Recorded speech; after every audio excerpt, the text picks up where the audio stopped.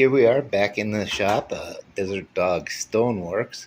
This is what the stones look like when they come out of the tumbler. So basically what we're doing is setting up a palette of all of our shapes and sizes. I try to orchestrate them, thicknesses and size. Big ones are pretty much on the right. These are all pretty big too. And of course they're going to go into these frames, or I should say forms. And I'll do two today. I'm going to do Mountain-Scapes. So basically, we have all our different kind of species. We got the agate up top, mostly wonderstone, and quartz. So yeah, we have our smalls too. This helps us fill in areas and give us pretty much a ground base because as in nature, uh, no one stone's alike.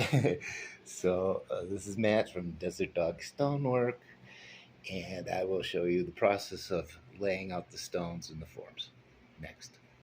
Okay, here we go. I have laid out my Mountain-Scape. I'm using Wonderstone on this and rose quartz for the moon. It looks a little rough right now, but trust me, when the color comes in, it's going to be beautiful. So I have 4 pieces going, and that is our CEO, Duke, and my brother Dan. Dan, say hi. Hi. He's the mastermind. He's the boss. And actually, he's the boss. All right, now I'm going to mix the epoxy, just a clear coat to cover up my stones to make sure that they're protected from the next color coat we use, and that's the fun one. But we use this Fame Wood glaze coat. You can get it at Home Depot, but it's a 1-to-1 ratio. You have to have clean cups, one for the resin, one for the hardener, and then you mix them and you pour it into another clean pour cup, and you mix it for 6 minutes slowly. Well, hey guys, this is Daniel. Hi, Hey Matt. Yeah. Duke, say hi. Say hi, Duke. You guys haven't seen my face, but here it is. Yeah, here it is. Okay, so I mixed it 1-to-1 and stirred it for 6 minutes slowly. So what I do now is I seal the rocks, okay, slowly. And I just want to seal these for when I start doing my 2-color process. So this gets all in between the rocks. It settles everything down. And then I got to get my little moon. And then it also puts them in place. And I'll probably come back on this one and brush it out a little bit. So then I'll move on to the next. Same deal. I seal the rocks, get in between the cracks so the color doesn't bleed through. It's very important. Get the little moon. So then, once again, I'll come back with my brush and tighten all that up. You have 15 minutes to work with this stuff, okay? So don't let it sit. Okay, now for this, these are our small ones. This is Wonderstone Mountain-Scape with the quartz moon. Okay, then we get that in there. And then this one's all quartz.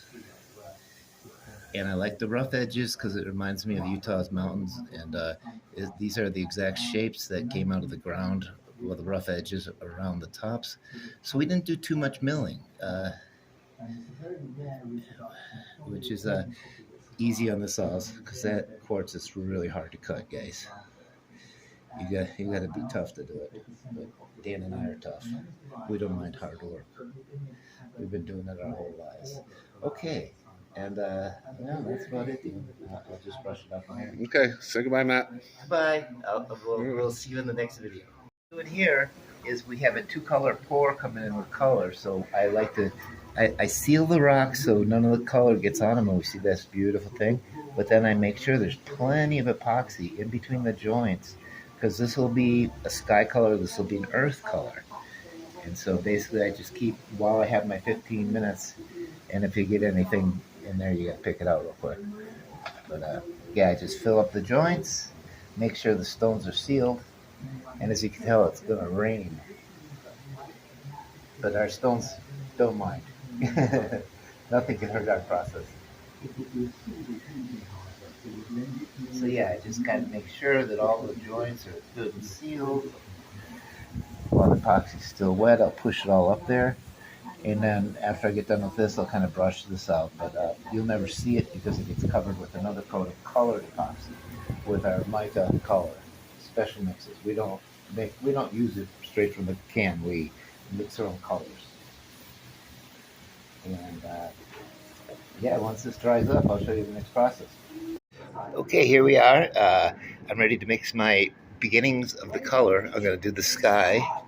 I'm going to use a little silver to orate the moon, and maybe highlight the mountains a little bit. But I'm just going to take some straight silver powder pigment and pour it in my cup, and then I'll stir it up and pour it on, and I'll shoot later.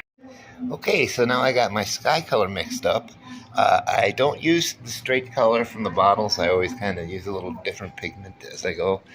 But yeah, I just kind of got a little silver orating the moon and the mountain there, and none around there, and some over here. I like to do each one just a little different. Okay, here we go. We got the 4 finished moon and night scapes. With this one's with Wonderstone. And yeah, the stuff's really incredible, and the material does a lot of the work for you. But here's this one, and then the 2 smalls.